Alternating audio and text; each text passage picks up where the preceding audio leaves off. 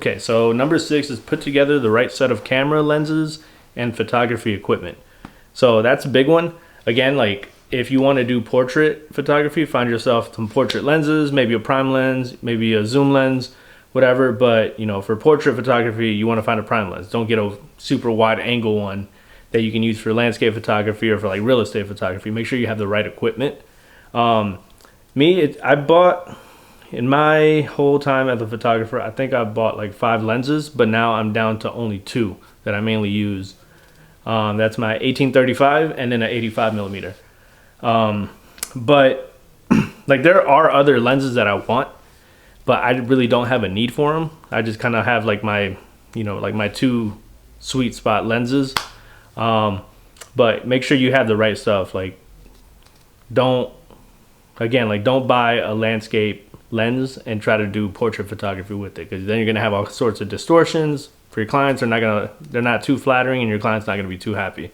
But yeah, make sure you buy the right equipment as far as lenses, and then like the camera, like I would prioritize lenses over your camera. So step number 7 was practice. As a photographer, make sure you're always shooting. Hit up your friends, offer free shoots. Make sure you get that camera time, in different like settings. For example, like indoor, outdoor, different times of the day, at night. But make sure you're practicing. That way you're familiarized with the camera and like what changes you need to make, what adjustments you need to make given the situation.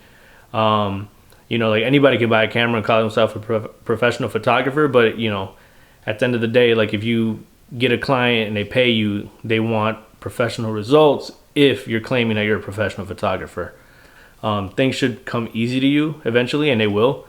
I know, like for example, like me, lighting was a big thing. Like it took me a long time to figure out lighting, but the more I practice and the more I got out there and used the lights, then the better I became with it. Now it's pretty easy for me to understand lighting and set everything up. It's one of my specialties, I guess you can say at this point. But just make sure you practice with the camera. Step 8 is build your photography portfolio. This goes hand in hand with practicing. Like hit up your friends, hit up your family, hit up your neighbors. Like tell them you want to do a photography. Hit up local businesses. Let them know that you are you're starting off as a photographer and you want to build your portfolio up. One, they're not losing any money by saying yes. And let's say they come out good, then now they've got free photos, and then you got some free test subjects, and you got better at the photographer. So it's kind of like a win-win. Your picture, then like anytime you show some kind of growth, like take out the older picture, then replace them with the new stuff, which is something that I need to do. Like on my website, I've got a lot of older stuff, but I need to take that down just because I have enough of a portfolio to where I can use new stuff, and it looks way better than what I used to do. But part of me wants to keep it there to kind of show the growth and the progression of like where I was and where I'm at now. Step 9 is create an online portfolio or website.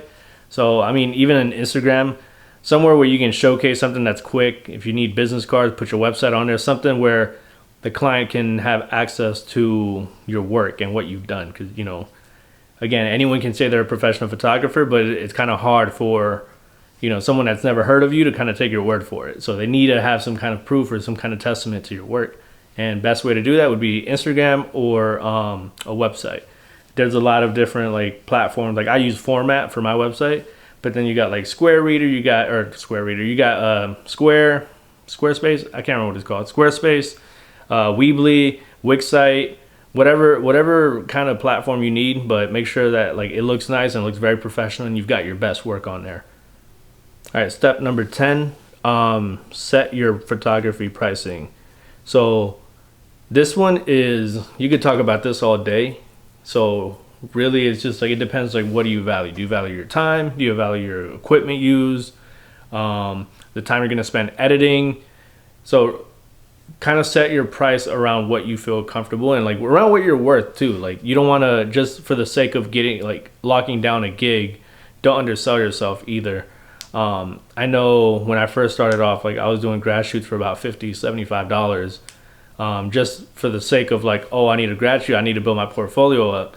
But then like eventually, like you become good enough, and then like people know about you, and now you can charge a little bit more. Like now I'm up to the point where I'm making $200 to $300 per grad shoot. And it's again, it's based on what you think you're worth. Like I can't really give you the formula because there's no like set formula. It kind of depends on the market too. I know Charlotte's super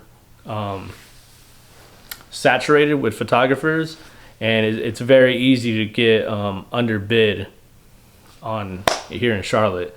So again, it's like you got to be good at your you got to be good at what you do.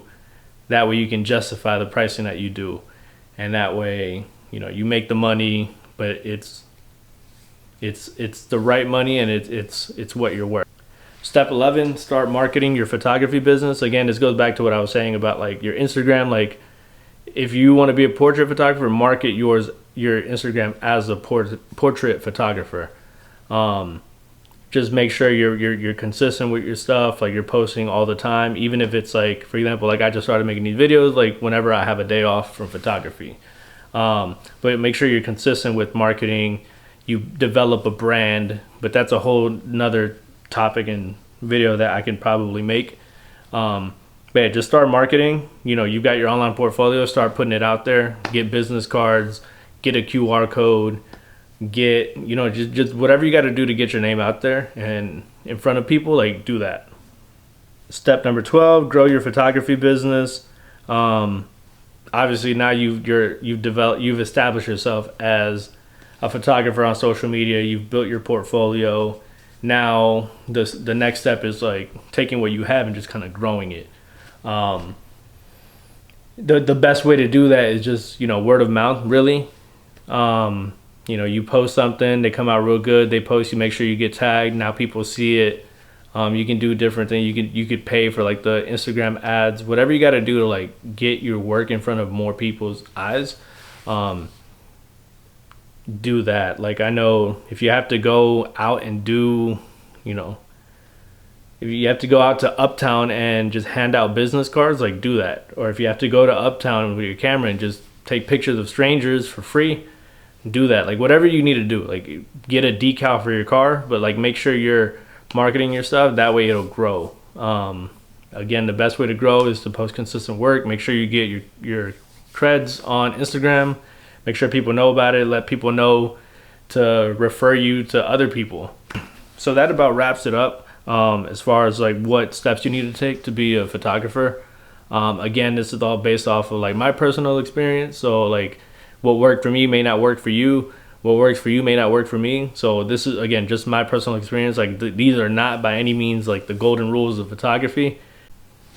So if you guys have any like questions, comments, concerns, if you need advice or tips, feel free to reach out to me. Comment something below, shoot me a DM, shoot me an email or a text. All that stuff's on my website. But again, like your feedback, super highly appreciated. I'm enjoying making these videos just because people are actually like watching them and like hitting me back up with comments and feedback and telling me to make more. So here I am making another video. That being said, I will be making more videos. Just if there's a topic you want me to talk about, just again shoot me a DM and I'll see if I can make that video for you guys.